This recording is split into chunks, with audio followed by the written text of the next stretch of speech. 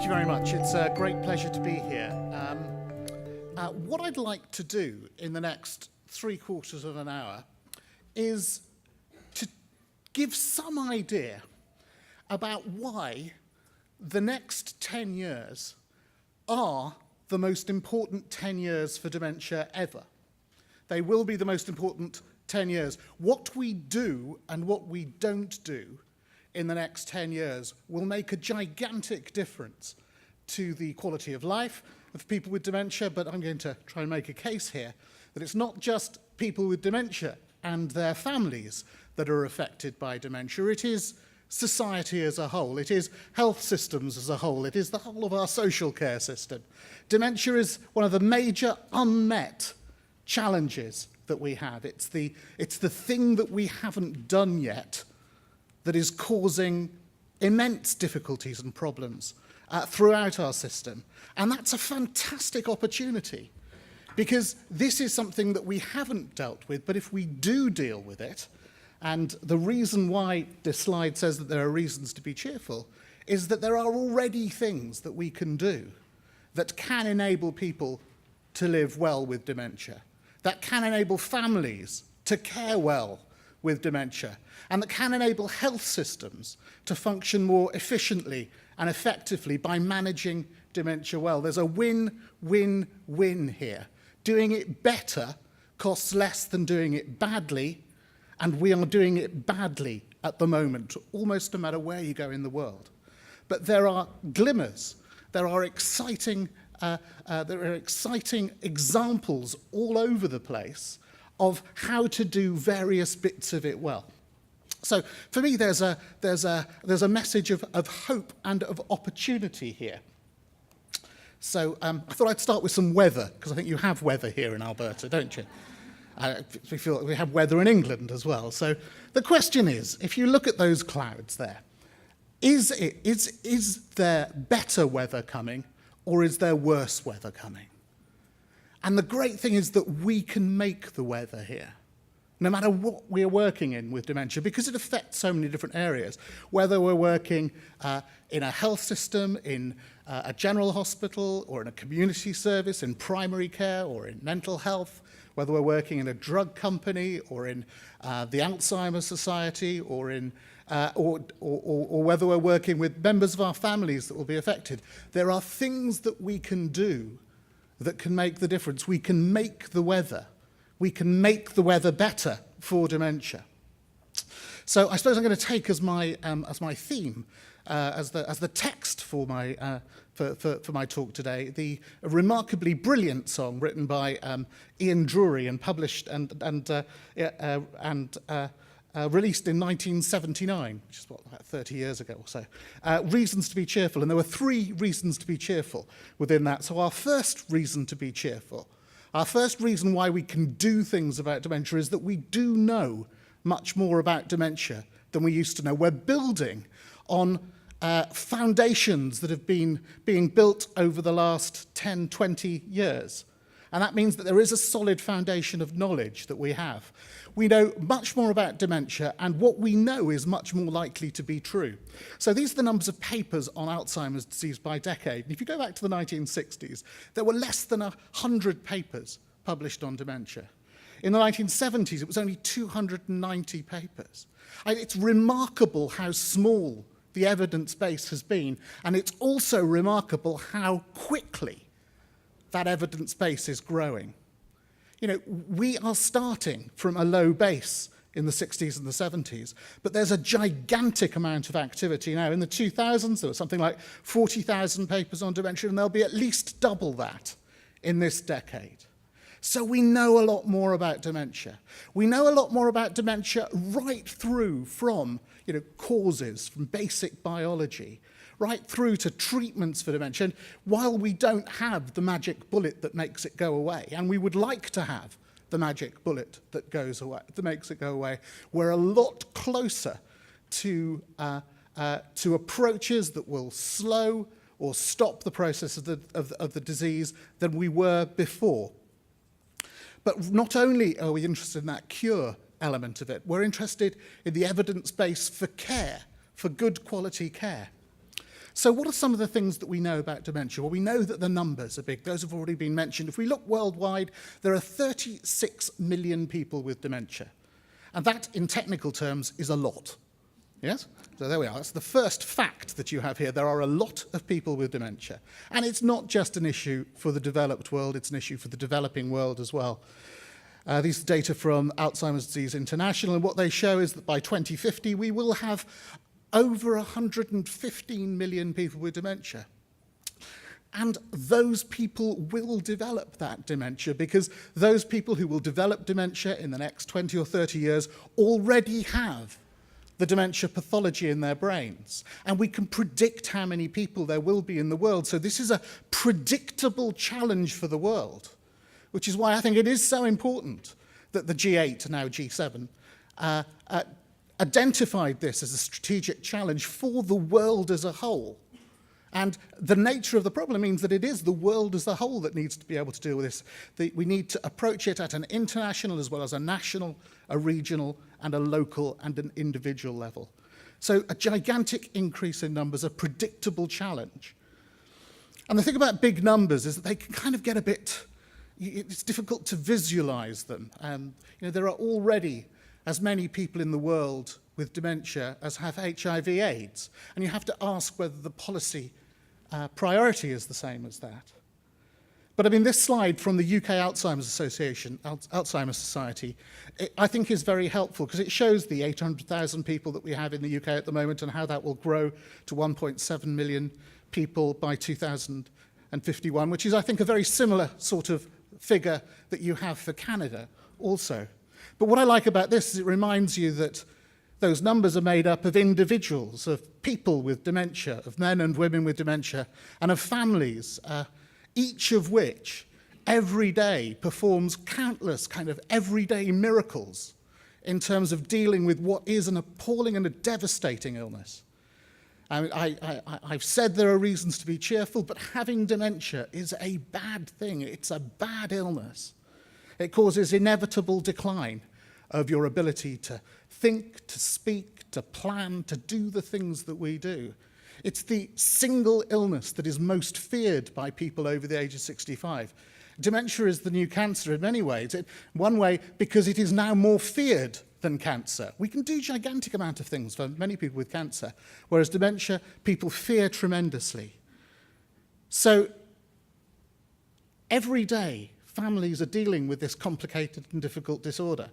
And every day, people are coming up with solutions that are as simple as focusing on what people can do rather than what people can't do. Our health services do remarkable things to help people with dementia, but sometimes do things that harm people with dementia without meaning to. Our systems are not set up to work for people with dementia, and so however well-meaning they may be, what works for people without dementia may not work for people with dementia. But we can turn that around.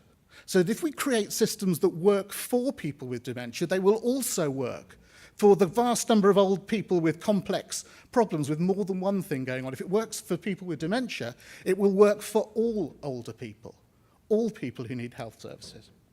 And this slide reminds me of the individuals that are involved in that. The other thing that we know is dementia is tremendously costly. So dementia costs the world $600 billion per year. And that, in technical terms, again, is a very great deal indeed.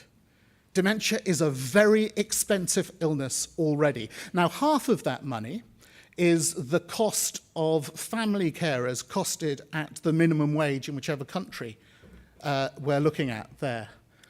But half of it is real money spent on health services, but increasingly on long-term care. We spend a lot of money on a lot of facilities, some of which are not of very good quality, late in the illness. And there has to be questions about whether the $300 billion that is spent, most of which is in the developed world, most of which is on long-term care, whether we're spending that well. And the $300 billion is an immense opportunity that we have, because we've got to be able to re-engineer that in order to be able to make it work better. You know, as an illness, dementia is different from heart disease and cancer and stroke in that it is bigger than heart disease and stroke and cancer put together in terms of its impact. What is remarkable is that we haven't noticed that spend because it's distributed. Dementia is an incredibly disrespectful illness. It doesn't respect the kind of boundaries that we set up between health services and social services, between what families do and what the voluntary sector does, between what the care home sector does and what happens in people's own homes. And so the cost of dementia is distributed in a way that we cannot identify readily.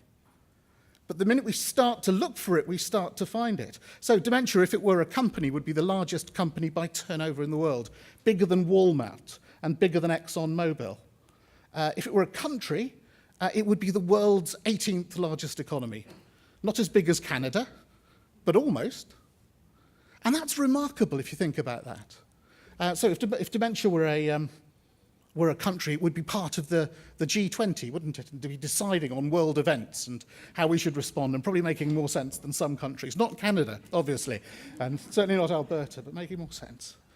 So we have a challenge that is of a different magnitude than the challenges we've dealt with before. And here we have data from the UK looking at the cost of illness, just showing what I said before, that dementia costs more than cancer and heart disease and stroke put together. And we have to ask ourselves, how are we paying dementia as much attention as we pay in policy terms, in service terms, as we do to cancer and heart disease and stroke put together? And the answer in the UK is certainly no. And I imagine that the answer in Canada is also no.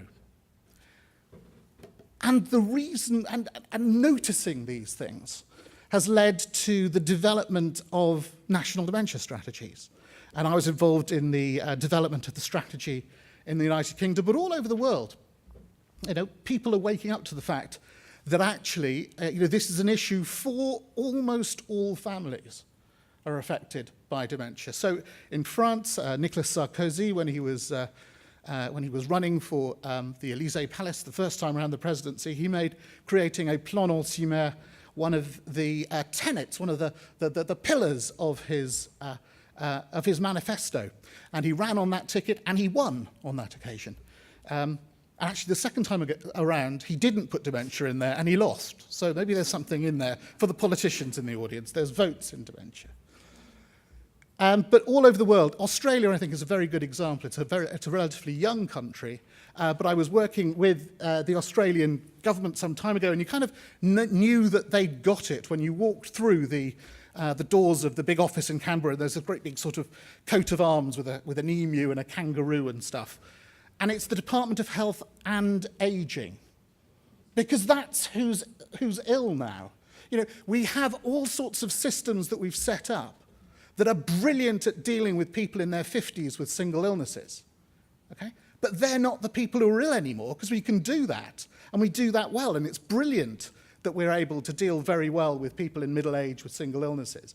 But it's older people with complex problems that actually are the people who are in the acute hospital beds, and are the people who stay in those hospital beds longer, use more resources. They are the people who are in care homes using long-term care. So, you know, that is the population of people that we need to generate information and understanding about how to deal with. And that is the population, and that population has very high levels of dementia, and dementia is the bit that we know least about. So all over the world, there are countries developing dementia strategies. Japan has its Orange Plan, and I'll show you something from that in a minute. South Korea not only has a national dementia strategy, it's declared war on dementia, which is very good. I think it's still at war with North Korea as well, so there's fighting on many fronts there, which is all very good. And India is thinking seriously about its dementia strategies, because the assumptions that in the developing world people will look after their own in multi-generational households, it's just remarkable how quickly those things break down. As people move from villages into towns, towns into cities, cities to all over the world, the generations that will look after you may not be there. As countries industrialise, then the unit cost of labour increases so that it's not so easy to get someone in to help look after your relative.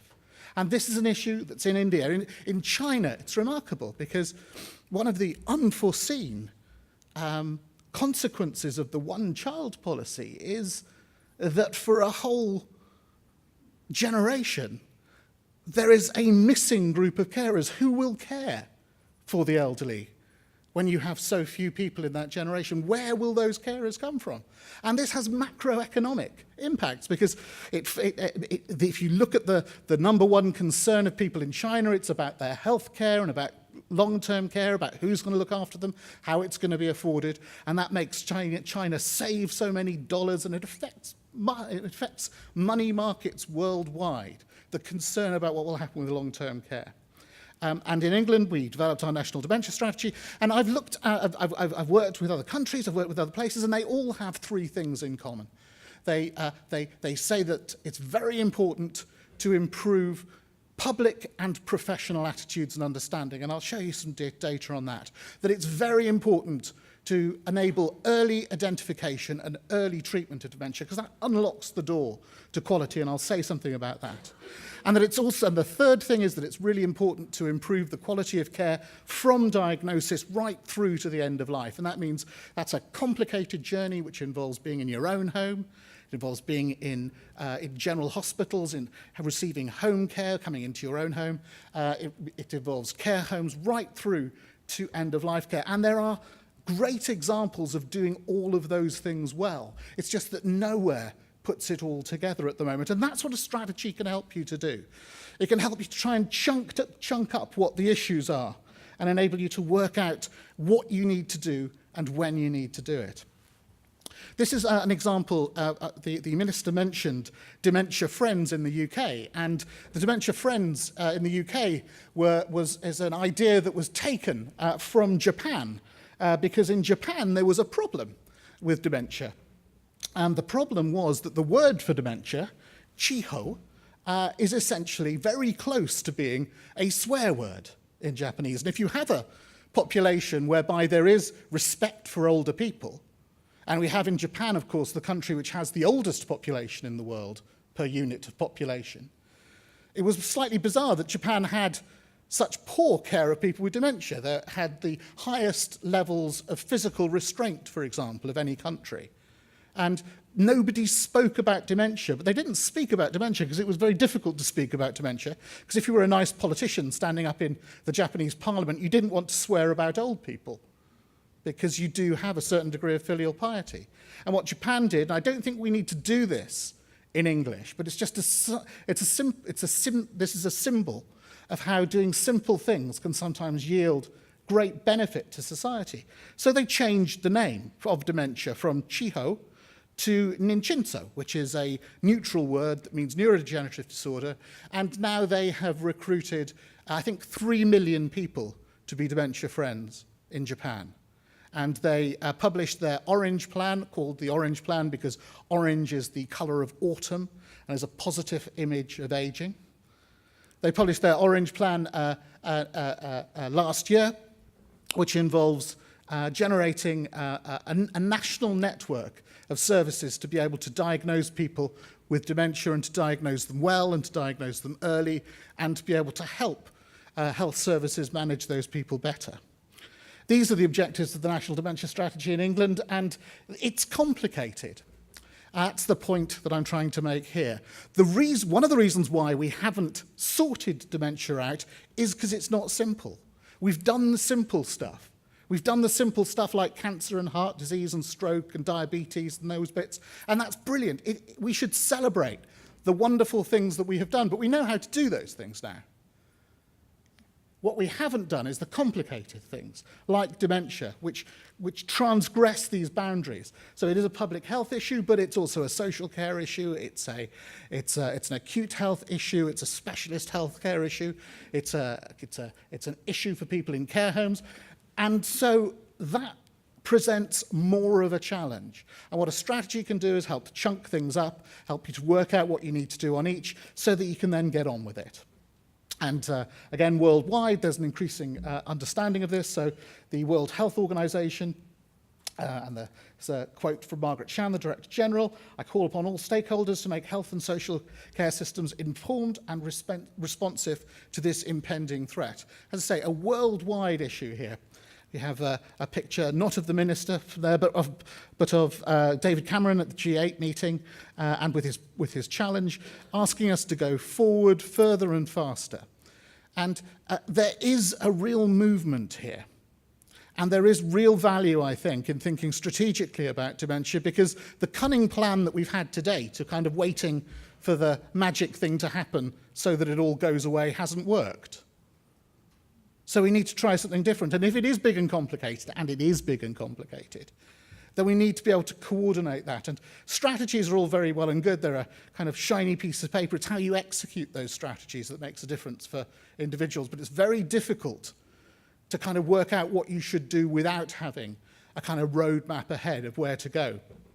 So, in terms of the first theme of all these strategies, which is about improving public and professional attitudes and understanding, because there are things that people believe that are wrong about dementia. There's a stigma that attaches itself to dementia so that people don't like to talk about it.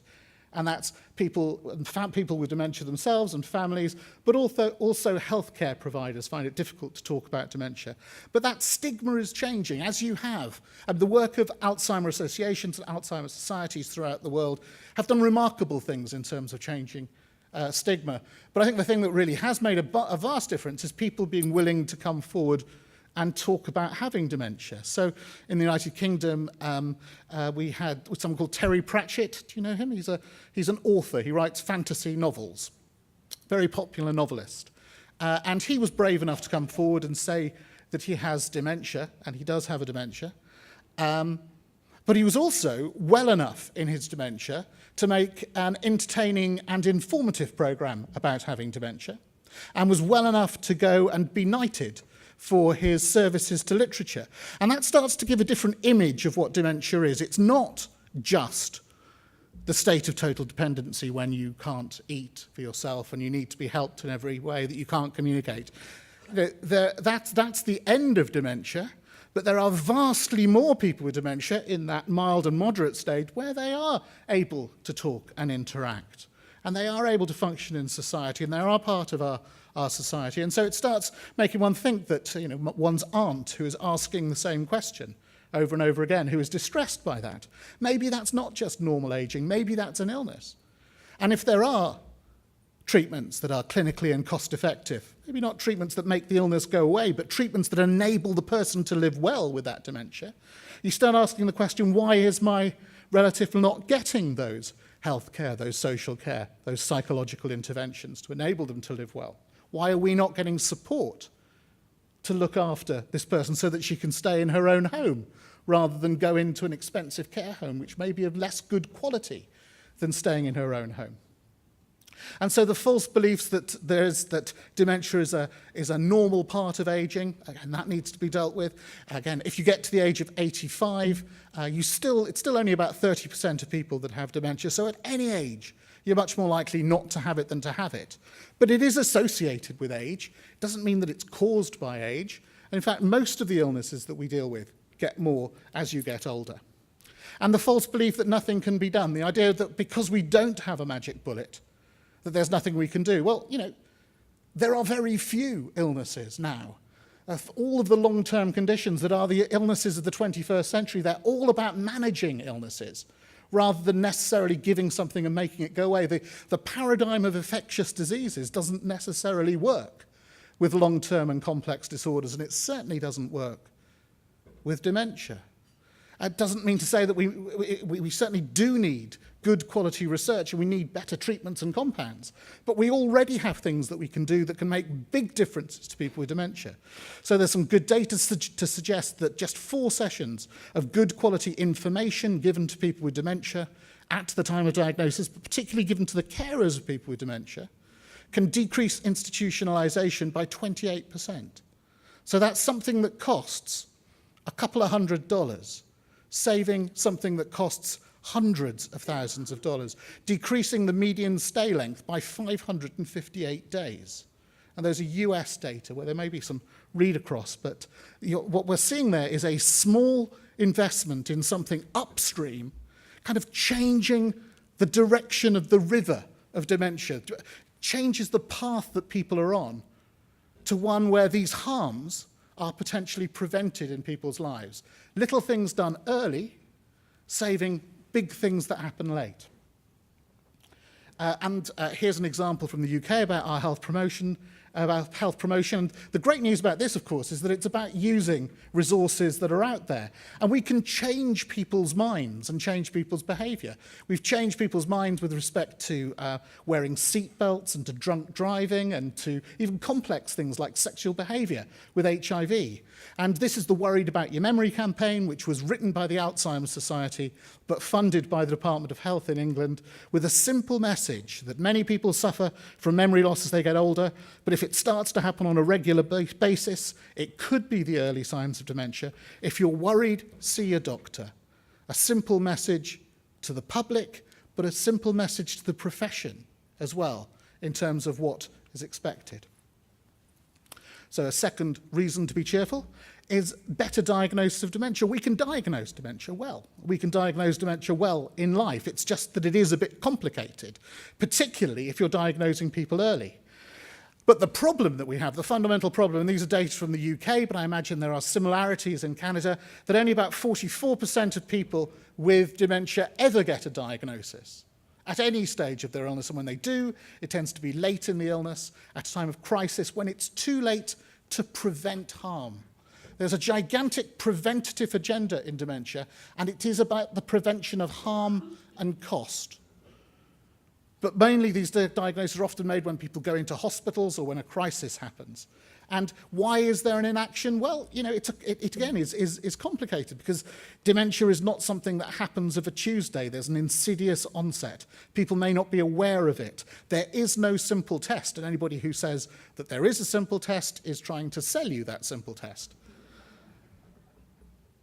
There are public misconceptions that we've talked about, and professional misconceptions. It can be difficult to offer help as well as to seek help. There's role uncertainty. One of the things that characterises dementia is a lack of role clarity. If we can get roles clear, then we can start to deliver quality. And that leads to inaction. And our goal, of course, isn't that everybody gets a diagnosis of dementia, because there are some people who don't want it. It's not about forcing people who don't want to know what they've got dementia, that they have dementia. It's not about screening populations. It's about finding people who have symptoms, who are concerned about those symptoms, and giving them accurate information that enables them to make choices about their life. And one of the things that is true about dementia is that the later you are diagnosed, the more severe your dementia, the less your capacity to make those choices and to make your own wishes clear. And that predicts poor outcomes for people with dementia, for families, and for services in society.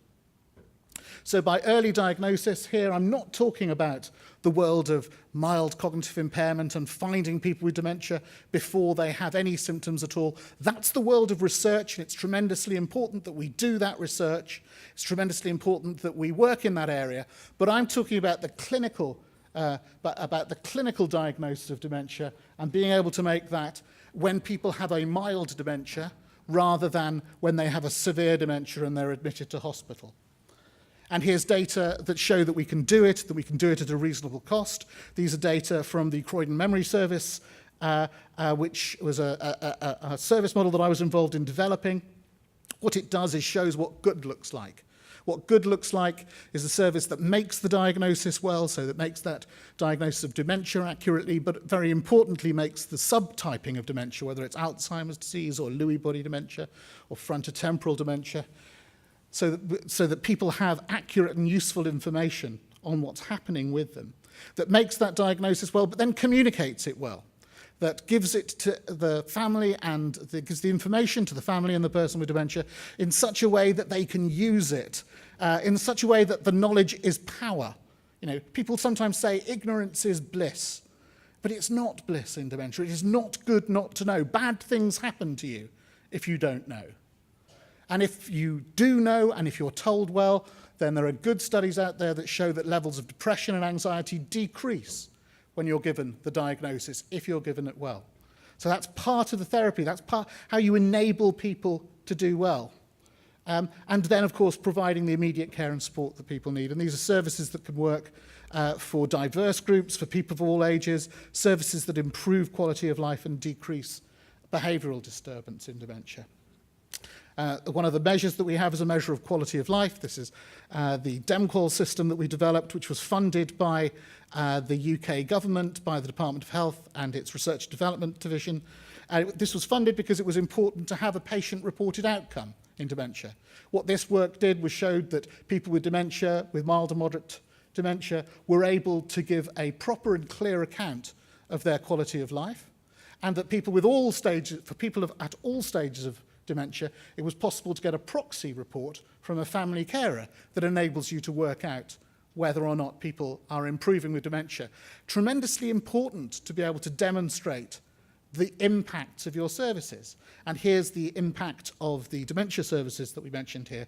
So at 6 months and maintaining at 12 months, if you look at those people with the lowest quality of life scores, you're seeing effect sizes that are about twice what you get from anti-dementia medication. So, and there are limits to these studies, there are control groups and various things, but what this shows is that individuals that receive these services, their quality of life improves. Okay? And it's not necessarily that their cognition improves or that their activities of daily living improve, but their quality of life does improve through these services. And here we have some economic modelling that contributed to the National Dementia Strategy in England, and what it shows is that if we were to generate a national network of such services and deliver them, and if they prevented just 10% of admissions to care homes, then that would break even. And if they prevented 20% of admissions, which is perfectly possible, then they would start releasing substantial amounts of money back into the system. The trouble is that you're doing something now that has a benefit in 5 to 7 years' time. You're doing something now in health that has a benefit in social care and in families.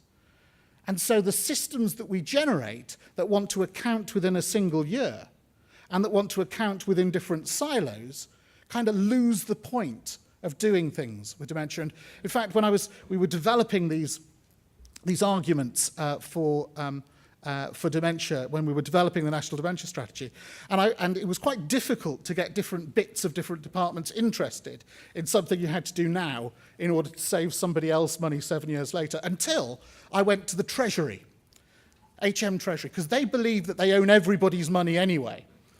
And so they could see the value of this, and we had less problem getting this past the Treasury than we did through anyone else. If you take, because if you take a view that is big enough, then it starts to make sense.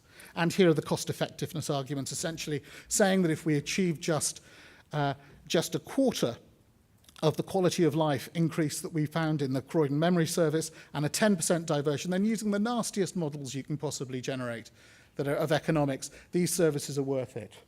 And here we see data from the Croydon Memory Service model, but actually what this shows here is on this is on about 4,000 people, showing an improvement at 6 months and this being maintained at 12 months. I apologise for these being a little unclear. Let me just talk you through them. The top one here this one here is the green line here are people who have moderately severe dementia, and this is a group of people that have mild dementia at first contact. And what we see is that there's more benefit that accrues to individuals with mild dementia than moderate dementia.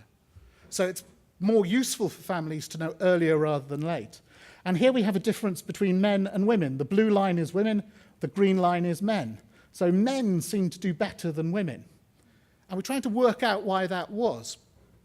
And what it's probably a function of is the fact that most men have got a co-resident female carer who the team is able to work through and can deliver those quality of life improvements, whereas many of the women were alone because their husbands had died. And so you can kind of draw a conclusion from this if you're a woman, which is that at about the age of 50, you probably need to trade in your husband for something about 20 years younger. And that'll see you through to the end there. So there we are, some advice from a doctor. But you start to see how the value of looking into being able to measure quality of life and in being able to investigate what happens with that. And there are things changing. So here are data in the UK, and slowly but surely we're improving the numbers of people that are diagnosed with dementia. You can change the system, you can modify the system, you can make a difference in the system.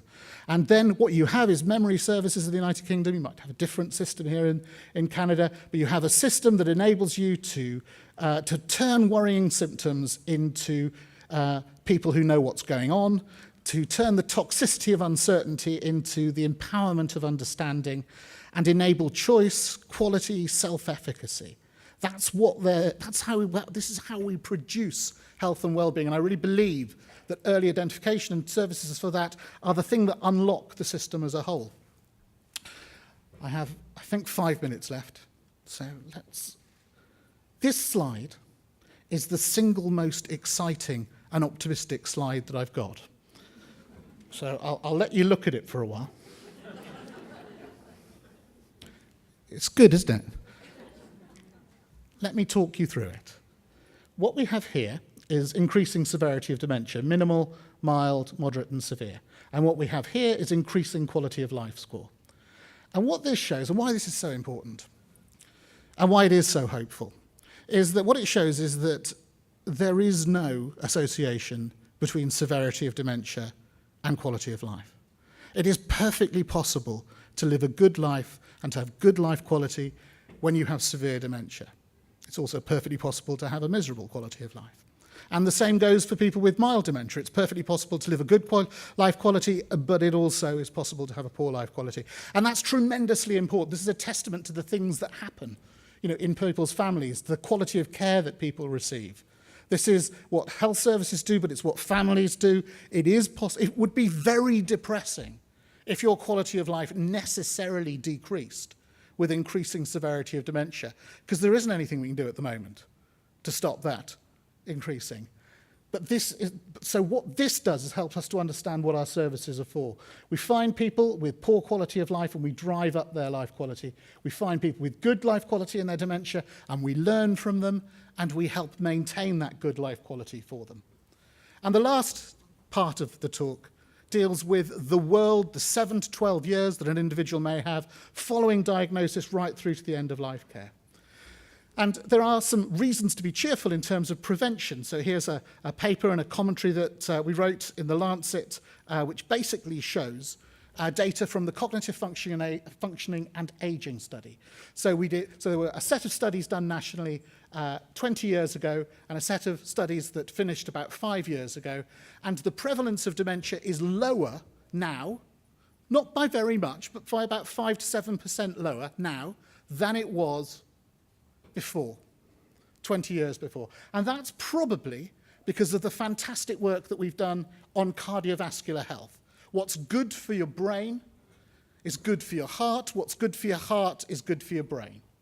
And so the things that people have done in smoking cessation, in exercising and eating green vegetables and all those things I don't do, they have decreased the numbers of people with dementia, and that's a really positive message. There are things that we can do that can make a difference. Here's another thing that we can do that we can make a difference. This is the use of antipsychotic medication, a particular concern, concerns that were first surfaced, I think, in Canada. And I know that you're doing useful work here in Alberta to be able to drive down antipsychotics for people with dementia. And so we found that maybe 25% in the UK of people with dementia were receiving these in any year, which meant that 1,800 deaths were attributable to these drugs in any year. And we generated an idea that wasn't about big new extra services, but was about using the quality improvement mechanisms that exist for clinical governance and helping those to make the changes that we needed to use. And it's interesting that this is a simple measure which could potentially lead to major quality improvements in all sorts of other areas. But it's simple enough for media to pick up on it. And here's Panorama, which is the largest investigative journalism program on television, and they were asking, what have the drugs done to Dad? And the drugs had killed Dad.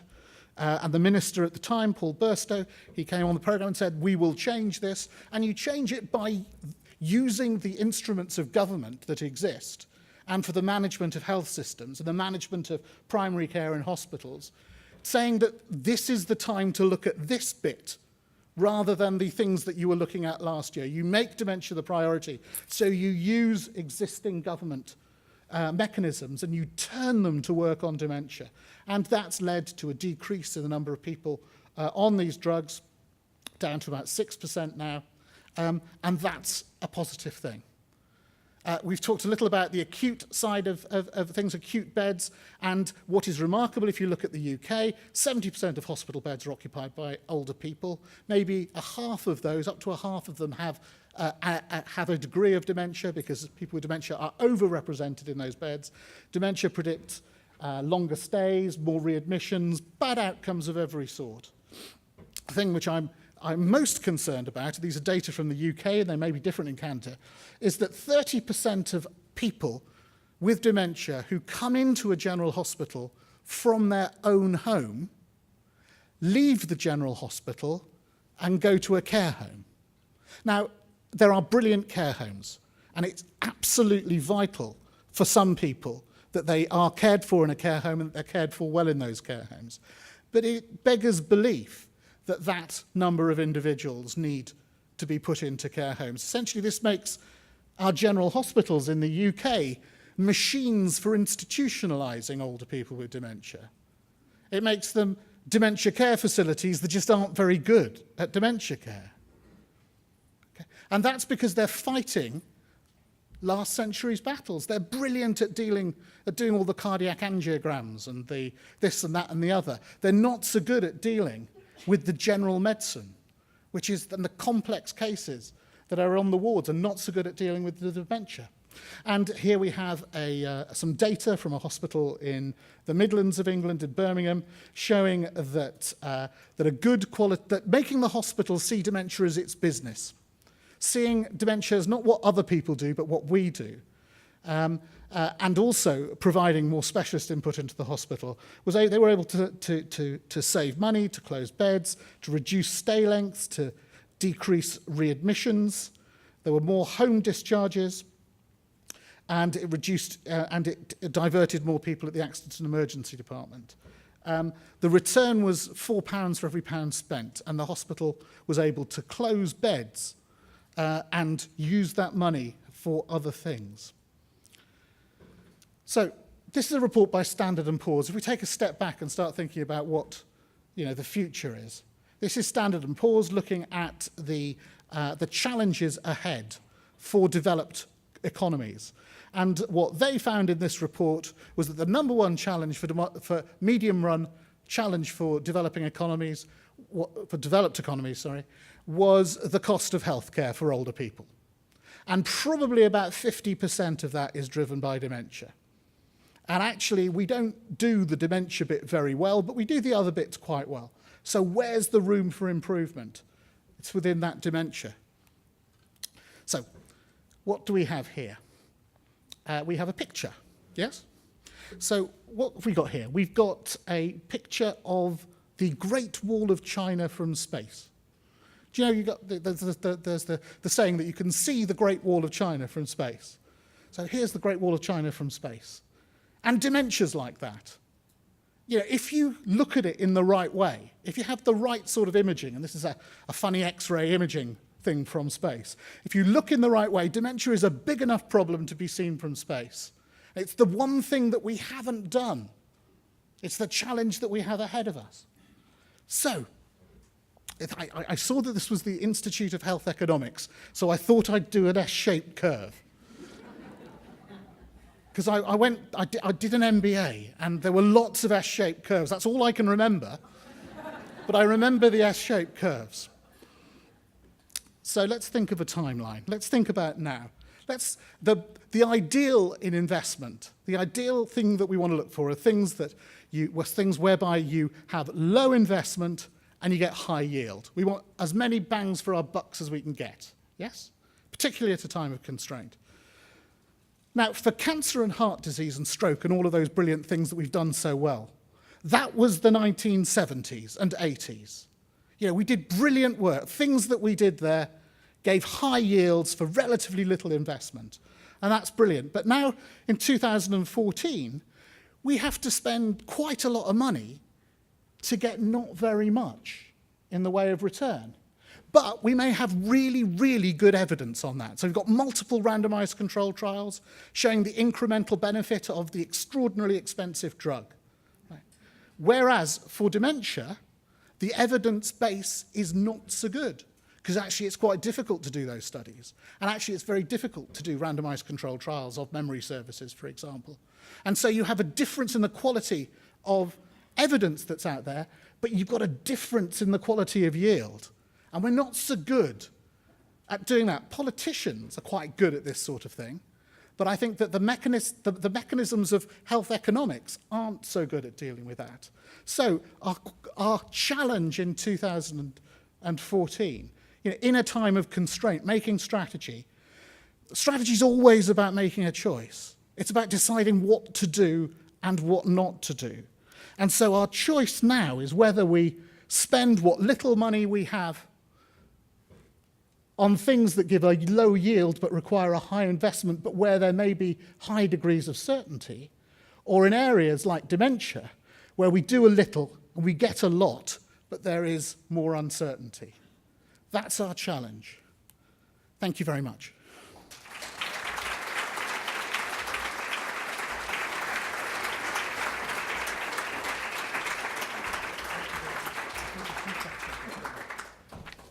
We have a few minutes for questions, and there are microphones here on the floor, so I'd ask people to go to the microphone and ask their questions if they would.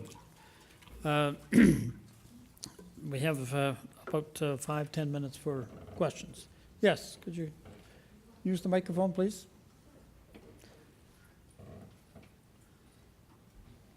Hi, is this on? Is it on? Yes, It's on now. Okay, thank you. Thank you so much for such a really amazing talk. And by the way, welcome to the best place in Canada. This is not my area of research, but I'm interested to know. Oh, by the way, sorry, I'm Geeta Shah, I'm the Chair of Aboriginal Health at the University of Alberta. I'm interested to know, is there a test for genetic susceptibility for dementia? And then the second question is, are there, and if there is there any association between nutrient-gene interactions that you could actually then mitigate against those who are genetically susceptible? Right, so it's complicated. Thought so. There are some forms of dementia that are highly heritable. They tend to be young onset dementias, people who develop dementias in their 40s and 50s, and there's single gene mutations that you can find in those people, and that accounts for about 0.0005% of cases of dementia. The rest of dementia is a complex gene-environment interaction whereby we don't understand much of the genetics or much of the environment. There are the ApoE4 allele, which accounts for 20-odd% of risk, but which is, you know, very distributed throughout the population, and there are many more people that have that configuration of genes who will never develop dementia than who have it and will develop dementia. So there's nothing that's simple, I'm afraid, in genetics. You can get some of these tests on the internet, they just don't tell you anything useful or helpful. That's the problem that we have at the moment. In terms of environment, we know there are some environmental risk factors that are very clear. If you repeatedly get hit on your head, you are more likely to develop dementia. So if you're a professional boxer, or if you play soccer and you head footballs a lot, then especially in the 1950s when they were great big soggy bags of leather, then you can get dementia you can be more likely to develop dementia. People with Down syndrome are much more likely to develop dementia, for example.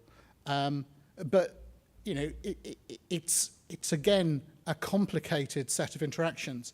One of the one of the failures, I think, that we've had in terms of the paradigm for the treatment of Alzheimer's disease has been that we have assumed that it is a single illness rather than a syndrome. And there are probably 20,000 gene-environment interactions that lead you to develop Alzheimer's disease. So it's perhaps not surprising, because we are unable to stratify at this point those groups. It is unsurprising that we haven't been able to find the drug that modifies dementia. So the drugs that we have work at the end of the cascade. So that's sort of where we are. Again, there's a tremendous amount of work to be done, but we won't find a single gene that causes it. Thank you. Other questions? Yes. Hi, thank you very much for your excellent presentation. I'm a physician. I do a specialized geriatric program. And as you mentioned, that by the time actually we get the patient coming to us is quite late. So my question is not that much research. I wanted to know if you guys have any strategy to kind of enable primary care physicians in detecting early dementia, as we are having some reforms on our primary care network right now, and we are moving ahead. And I want to know, is there any way that we can actually enable the family physician for early detection so we can be more preventative and proactive rather than end of the road? A tremendously important question, and primary care has a fundamental role in managing dementia and managing dementia well. It is to primary care that people will come with the first symptoms of dementia. It is primary care that will be looking after people with dementia for the 7 to 12 years that they may be in the community. Mm-hmm. So working out clearly what the role of primary care is really important. Now, there are different systems that work in different places. I think what's very important is to work out what happens when somebody is concerned that somebody might have dementia.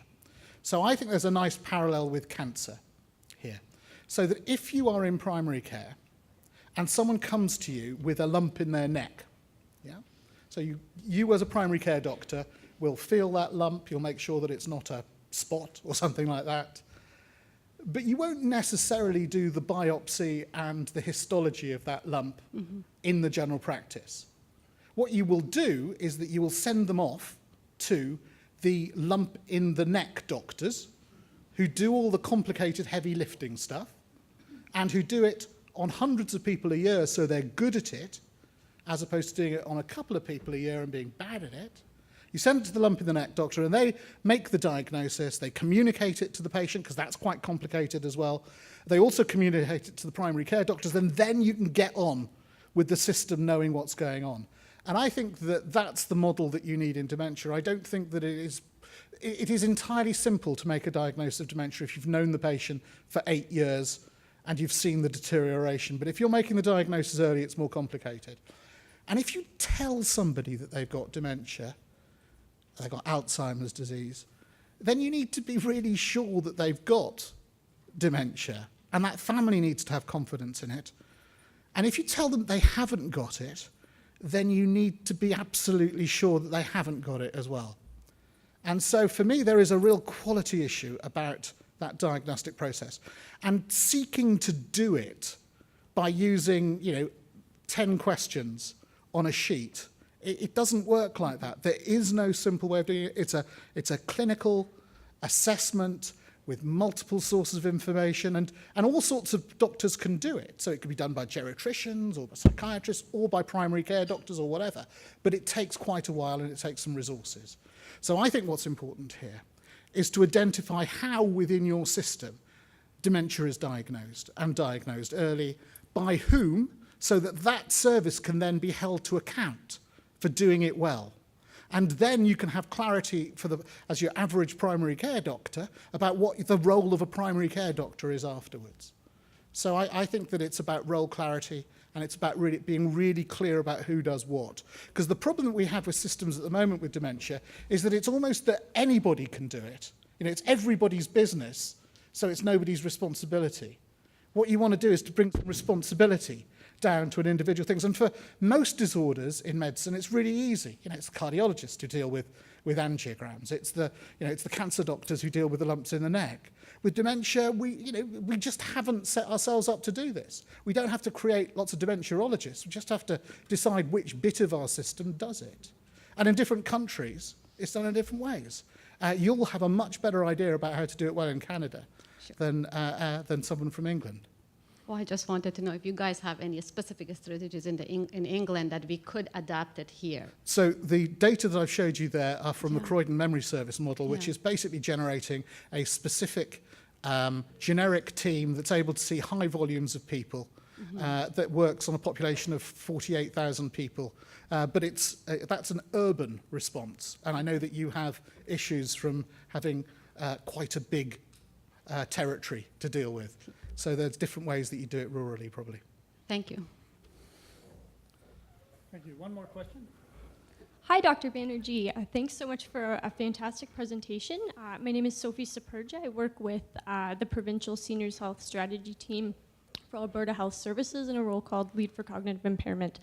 And I'm just wondering if you have any, perhaps one or two key lessons learned that you could share around the process of developing and implementing the strategy in England. Wow. Thank you. Thank you. You should never underestimate how difficult it is to get bureaucracies of whatever sort, however well-meaning they are, to take on doing a new thing. I think that, and so one of the major achievement that we had in developing the strategy was getting the agreement to develop the strategy. And it was an immensely difficult thing to do, because people were saying, well, we've already got a strategy on older people. We've got a strategy on cancer, we've got a strategy on end-of-life care. We're not doing strategies anymore. Because it's, the centre won't tell the periphery what to do anymore because it's a different world until something happens. And what we were able to do is to make the case that it's kind of dumb not to have one, given the size of the problem, given the nature. I mean, who wouldn't want a strategy to be able to deal with something that costs the UK £23 billion per year, and where we know we're probably not using that money very well? And where we know that almost everybody who experiences the services experiences them poorly. It was helped by the fact that there were various people, including some people that were quite senior in the NHS, who'd had recent experiences of trying to deal with their mother-in-law with dementia. And even if you were the kind of deputy chief executive of the NHS, you couldn't get anything done. And so those were helpful. But when we were able to tell the story, and I think that, a lesson, you get a clear and simple story and tell it well. And get a clear and simple story and get other people telling that story, make it their story, so that they tell it and tell it well, and other people will tell it as well. So getting the thing started was probably the biggest thing to do. Then once you got it started, then it's about then it really was a matter of inclusivity. You really, really want this not to be something that's just done by the neurologists or just done by the psychiatrists. It was absolutely vital to create a really big tent and to genuinely listen. So we carried out the largest listening exercise that had ever been carried out by the Department of Health. And we spent a long time listening to people with dementia and carers and to practitioners as well as policymakers and others. And that ended up with something that was robust enough to kind of transition from one government to the next government and not go down in priority, but to go up in priority. And it's only continued to go up in priority. Now that they've got the thing, they're really pleased that they've got it. So I think that, and once you've got that opportunity, then you need to make it as strong and real as possible. And then the final thing I'd say was that it is important, I think, to focus on dementia rather than to have a strategy that's about frailty or about older people or about general things, because there are too many ways of that it's too unclear. You can't do it. What you want is a strategy for dementia that does 50% of that and starts doing it really well. And that will then work with your other strategies for other things. So I think there is real value in promoting dementia as the focus of the strategy as well.